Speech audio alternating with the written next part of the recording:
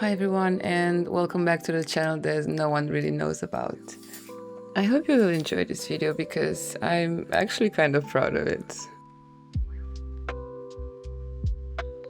Every morning starts with me having to reclaim my chair from one of those boys. So this is always the first step to drawing for me. No matter how many colored pencils I have, when I want to draw with no pressure, I always reach out for my Progresso pencils. Somehow they are my comfort medium, although I have to admit that they don't erase that easily, so that kind of forces me to be careful when drawing. I realized while editing this that the first shot is actually kind of blurry and out of focus, but I promise you that the next shots are actually nice and crisp and sharp. So I'll slightly rush through this first section. I start all my portrait sketches by drawing all the elements of the face. I am quite scared when doing that, and I tend to draw very little small lines instead of sketching the overall shape, but I find that this is what works best for me. And once I have all the elements of the face right and I feel confident in them, then I start actually roughly sketching the head and then the ears and so on.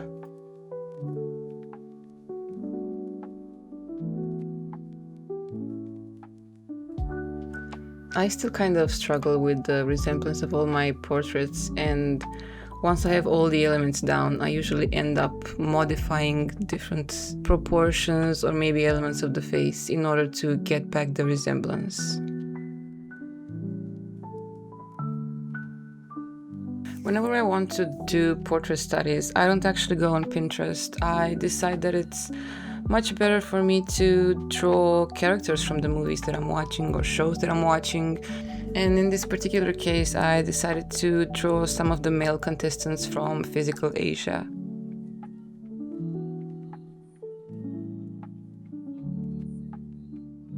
Once I'm happy with all the elements of the face, I get into roughly adding the shading of the face. And I do that by actually studying the reference. You can see me kind of calculating and trying to figure out exactly where its shadow falls and why it falls the way it does. One of my favorite things in the past months has been adding those really bold and sharp edges to the line art, to the outline.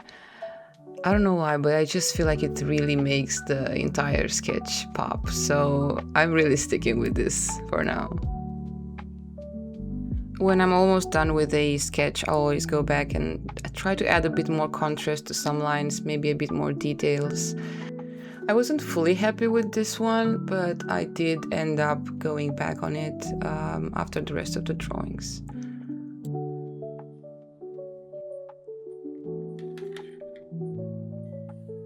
Now that the footage isn't actually blurry, you can really see my entire process. Sometimes I start with the good old circle and the center of the face line. Sometimes I don't, but I always end up starting with actually drawing the eye, the left eye of the person for some reason, and then I try to focus as much as possible on keeping the proportions and measuring everything that I'm drawing and everything that I'm actually seeing on the reference. And I also kind of stick to some personal rules that I've discovered, such as the corner of the mouth should always be kind of directly under the pupil.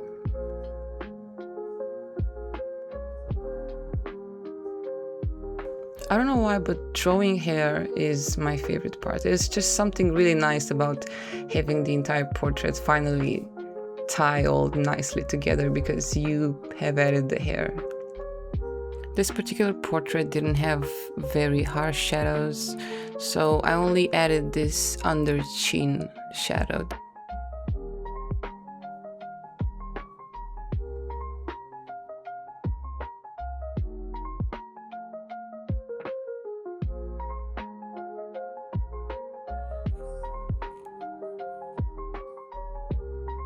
All the contestants that I've drawn have actually dark hair, but I didn't want to just fill in the hair with black, so I decided to stick with this vertical kind of cross-hatching, I guess you could call it.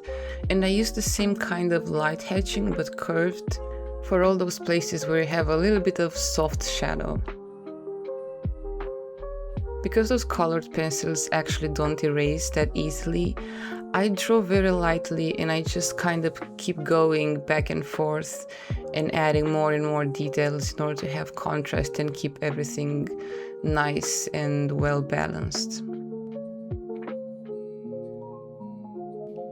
The contestants that I've drawn have actually been from Korea, so it made a lot of sense for me to just draw them in red and blue. And then I had to figure out a third color that would go well with them. The color had to be somewhere between orange and yellow, but yellow doesn't look that great on white, so we went with orange. The third portrait has actually ended up being my favorite one, but for some reason I have really struggled with the nose. I've spared you guys the time, but I have redrawn this nose 3 or 4 times. But I guess this just proves that there are actually no mistakes in art, because everything at some point in the end is fixable. When doing this kind of studies, a lot of artists actually start by roughly sketching the entire face, just to make sure that they have the proportions down.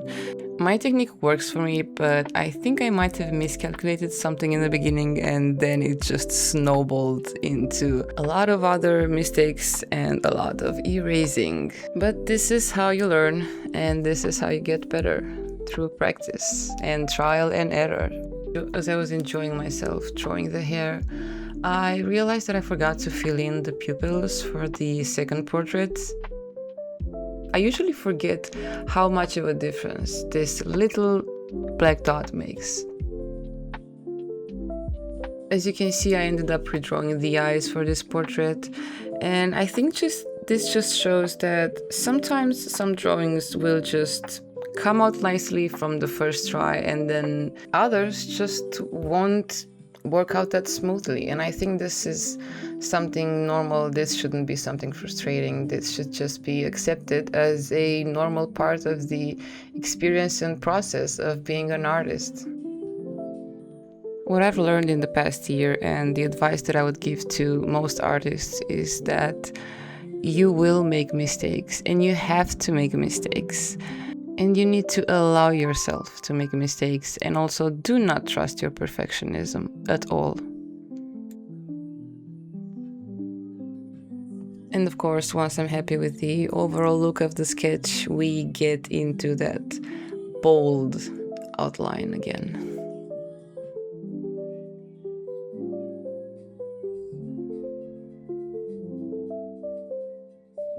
Whether it's a 10-minute sketch or a 4-hour drawing, I always like to add a background. For me, the background is actually a shape that kind of ties up the drawing and brings balance. It's like the background actually turns a simple drawing into an actual composition.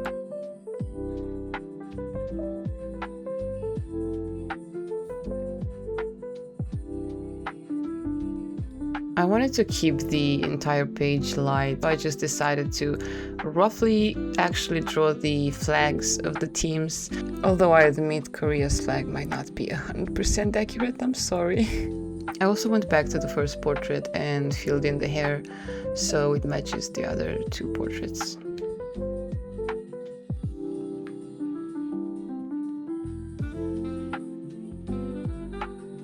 And there you have it. This is currently my favorite way to study portraits. This is what the spread looks like. And I hope you've enjoyed this video as much as I've enjoyed drawing the spread. And I'll see you guys next time, whenever that may be. And thank you guys so much for watching. Van Vix out.